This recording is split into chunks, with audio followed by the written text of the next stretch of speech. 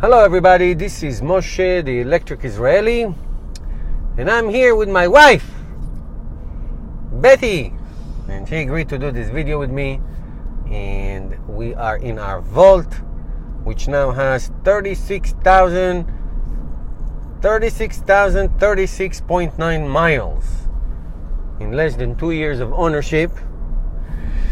But that's not the topic.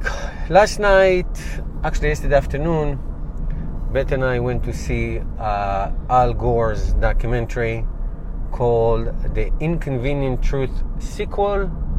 Truth to Power. Truth to Power, thank you.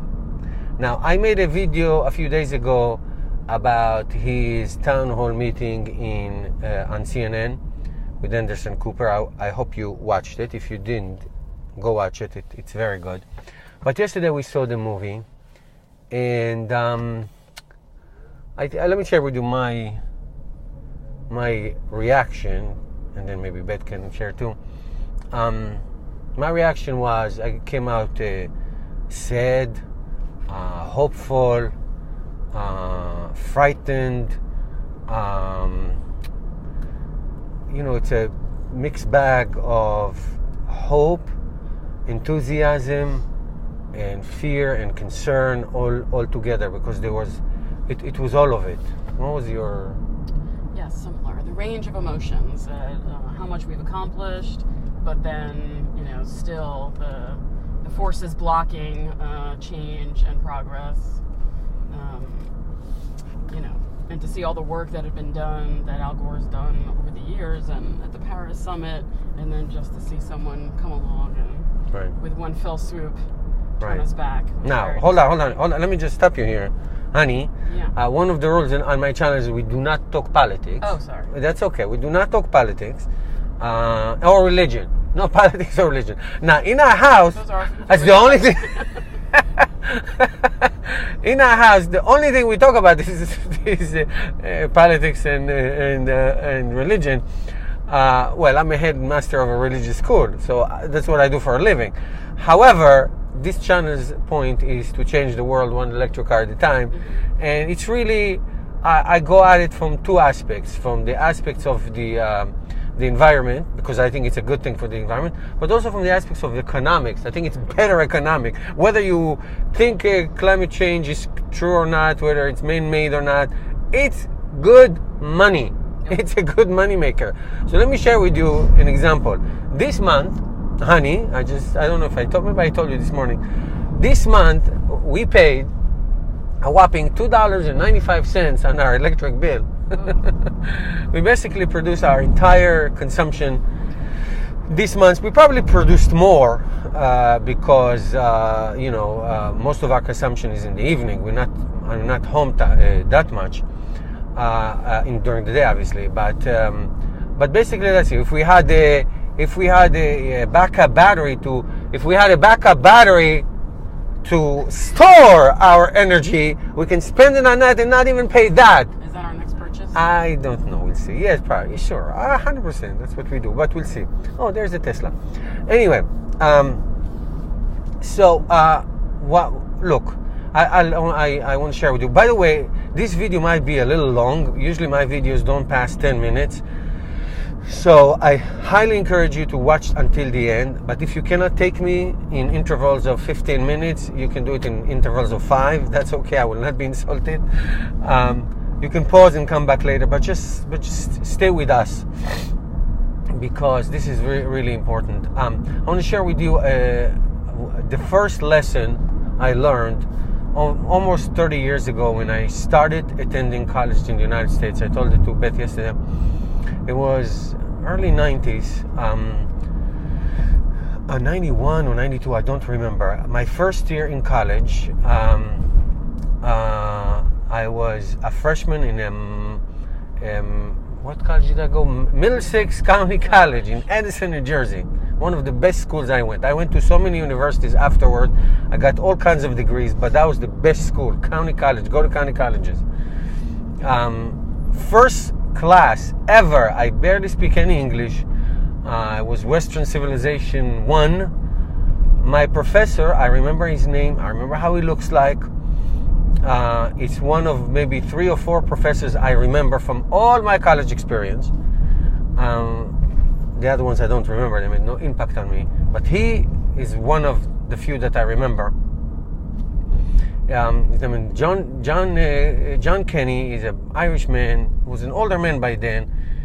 And he said, here's his first line: imagine if we wake up in the morning and 2 billion, at that time it was 2 billion, now it's close to 3, 2 billion Chinese and Indians get in the car, turn the ignition on, and drive to work. What would be the impact of that event on the world ecology? That's in the early 90s, when very few people talked about or thought about these things. When India and China were not developed, they were just starting to get into the what we call developing states.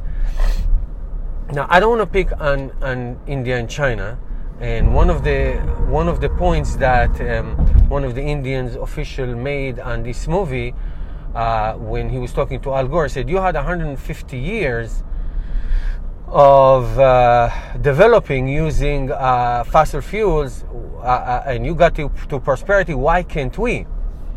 And Beth made a point yesterday that when we in the West were in the developing stage, while burning fossil fuels and all that, we were not even 10% of that population. Now, I just want to tell you, here's what I came out with the movie. That India and China are on the path, especially India and China too, on the path of becoming fully sustainable. In India, in the next 16 years, there's a plan that all cars will be electric, and then going the cheap model, the cheap short-range model electric vehicles. China leads the way in solar panel production and sale around the world. The United States is still leading the world in innovation, still leading the world in technology, in ideas, but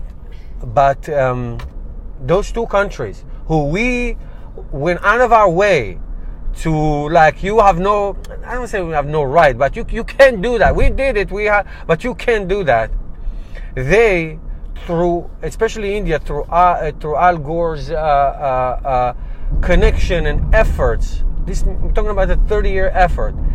He got Solar City, he convinced Solar City executive to share their patents with the Indian industry.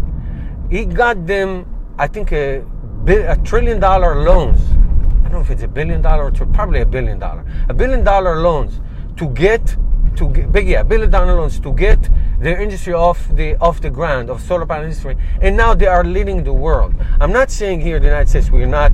There's no. It's 70% of the new businesses is in renewable energy, so we are doing that, but not as much as we should.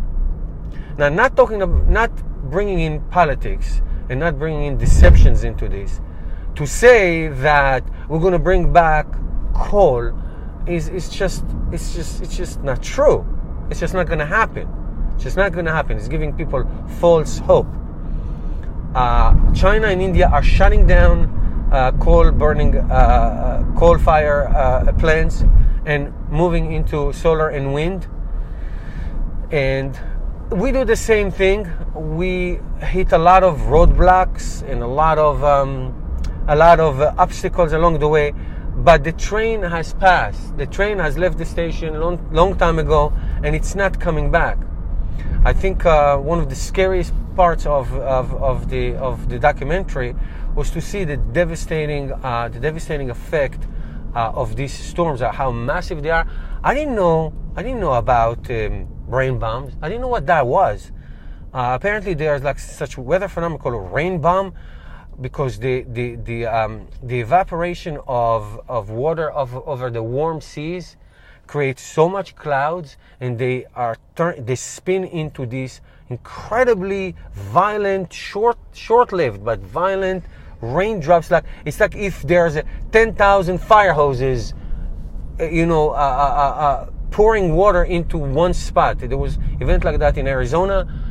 We're talking about 10, 16 inches of rain. It just seems to fall harder and more rapid. I think we had one last night. Yes, last night. So hard we had such a rainstorm last night. It's like so incredible, so violent, so intense, and that is I think it is another thing I didn't know so much about is how the climate change affect the oceans, and how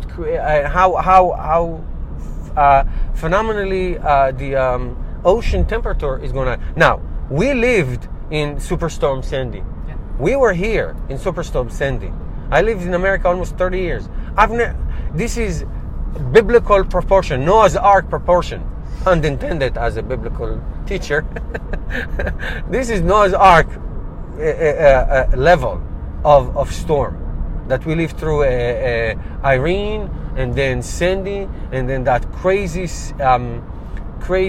snowstorm in October that knocked down trees. We were home 13 days without power. This is unprecedented. And unfortunately, say something about Miami. What happened? Hold on, let me give you a microphone. Say something about Miami. What's going on in Miami Beach down there? It's sinking. Like what would they in high tide? The water just comes up on the streets, and the fish. And the fish. It's like we go to Florida every single year. We love. This is where we want to retire. I don't know. I mean, you better change your plans. We may not be able to retire there. I mean, it's funny to talk about it, but it's so serious. There are already climate refugees. There are climate refugees. Some things are not going to be able to turn back. Right. I grew up in Israel, and Beth did not know that the initial cause of the Syrian civil war, this vicious civil war, was because of climate change. The entire western part of Syria was in it. That it's a horrible drought that millions of people poured into the city, and with the ethnic Sunni, Shia, old wars, it all got in. It was almost the trigger of that civil war. That millions of people are climate refugees. That a vicious storm in the Philippines a few years ago, and on and on and on. However, so that it's really depressing. It's really scary. This movie, and I always say, and I talk about it when I post videos about electric cars, is that change takes a long time to take. But when it does, it really goes up. So it's like your business. It goes flat, and then up right away. And then think about the civil rights movements. Think about the smartphone revolution. Think about women's rights. Think of many things. It took years, sometimes hundreds of years, and sometimes thousands of years to take place. But once they do, there's no going back. So the success of electric cars and sustainable energy through wind and solar, and there's no going back. It doesn't matter what anybody says, and it doesn't matter if any laws are passed. I mean, United States opted out of the Paris Agreement, and the famous line, again, no politics, the famous line from the president was, I'm the president, how do you say that? I'm the... Pittsburgh, not Paris. Pittsburgh, not Paris. And Pittsburgh took it as an insult, because Pittsburgh used to be a filth city, smog that you couldn't breathe there. And they are in a renaissance of sustainable energy. There was that town in Texas. Yes. What's that called? I don't remember that name in Texas. The reddest town in Texas. The reddest town could not be more conservative, and they are 100% renewable energy town. One of the biggest town in America that is 100%. So there is no going back. It doesn't matter what's your political view, red or blue. It doesn't matter. Beth knows I'm very independent. She's blue, but that's okay. And it doesn't matter, because money money is the most beautiful thing, because when it comes to economic,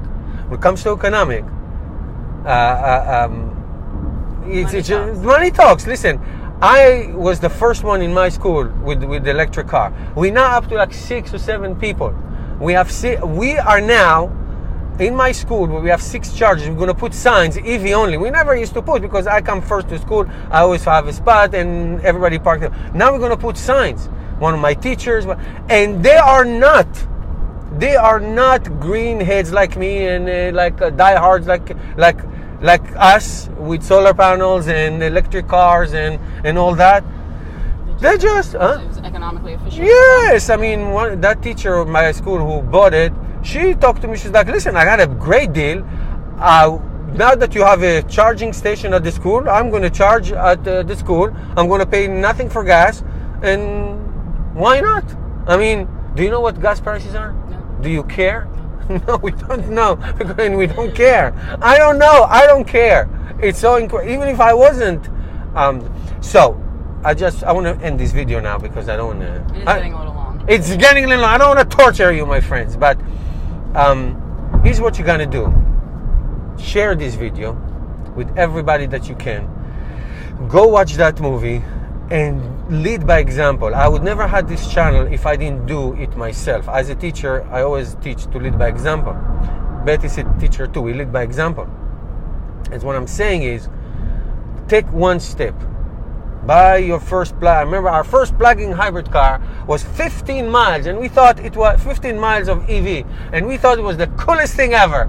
Well, the Volt goes about 55 miles, and my Leaf is all electric, so it's all that. And the Tesla Model 3 is on the way. Coming, right? It's coming. Yes, we're on the list. I got my delivery date. It's like 2019 or something, but I don't care. It's fine. We'll get it. We'll get it eventually. And that's why lead by example. Do one thing. Do one thing. People see you do it, they do it also, and on and on and on. So please go watch that movie. Do one thing. Try to inspire somebody else, because the line is still straight, but it's just about to take off in all aspects of renewable energy. And it doesn't matter what the government said, what this president says, or what somebody else says. It doesn't matter. The people are going to determine. The states are going. We're all for states' rights. Yeah. It doesn't matter what anybody says. So please go and do it, and take action. Take action. Speak little and do much. Take action, and that's how we're going to make a change. And that's how we have hope to reverse this horrible course to leave a good planet for our children. I thank everybody for sustaining me and my talking. Have a great weekend, and change the world one electric car at a time, one solar panel at a time, and one LED light. In my house, it's all LED. All right, bye everybody.